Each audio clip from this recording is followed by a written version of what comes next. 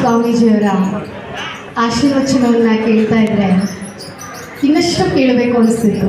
ಅವರ ಅಷ್ಟು ಮಾತುಗಳಲ್ಲಿ, ಅವರು ಆಡದಂತಹ ಅಷ್ಟು ಮಾತುಗಳಲ್ಲಿ ದೇವಾಂಗ ಸಮಾಜ, ದೇವಾಂಗ ಸಂಘಟನೆ ಆಗಬೇಕು, ಸಂಘ ಬೆಳಿಬೇಕು, ಸಂಘದ ಜನ ಬೆಳಿಬೇಕು, ಅದರಲ್ಲೂ ವಿದ್ಯಾವಂತರಾಗಿ ಬೆಳಿಬೇಕು. ಆ ವಿದ್ಯಾವಂತರಾಗಿ ಬೆಳೀಲಿಕ್ಕೆ ಬೇಕಾದಂಥ ಎಲ್ಲ ವ್ಯವಸ್ಥೆ ಸಂಘ ಮಾಡಿಕೊಡ್ತಾ ಇದೆ. ಅದರ 100 ವರ್ಷದ ಸಂಭ್ರಮದಲ್ಲೂ ತಾವೆಲ್ಲರೂ ಭಾಗಿಯಾಗಬೇಕು ಅಂತ ಹೇಳಿ ಹೇಳಿದಂತಹ ಮಾತುಗಳು ಅವರ ವೈಯಕ್ತಿಕ ಆಗಲಿ ಅಥವಾ ಅವ್ರು ಮಾಡಿದಂತಹ ಸೇವೆ ಆಗಲಿ ಎಲ್ಲೂ ಮಾತಾಡಲಿಲ್ಲ. ಸಂಘ ಸಂಘಟನೆ ನಾವು ನಮ್ಮವರು ಅಂತ ಹೇಳಿ ಹೇಳಿದಂತಹ ಆಶೀರ್ವಚನ ಭಾಳಷ್ಟು ನಮ್ಮೆಲ್ಲರಿಗೂ ಒಂದು ಬೆನ್ನೆಲುಬಾಗಿ, ಆಶೀರ್ವಾದವಾಗಿ, ನಾವೆಲ್ಲರೂ ನೆಮ್ಮದಿಯಿಂದ ಇರಲಿಕ್ಕೆ ಸಹಕಾರಿಯಾಗುವಂತಹ ಮಾತುಗಳು. ಸ್ವಾಮೀಜಿ ಭಾಳ ಹೃದಯಪೂರ್ವಕವಾದಂತಹ ಧನ್ಯವಾದಗಳು.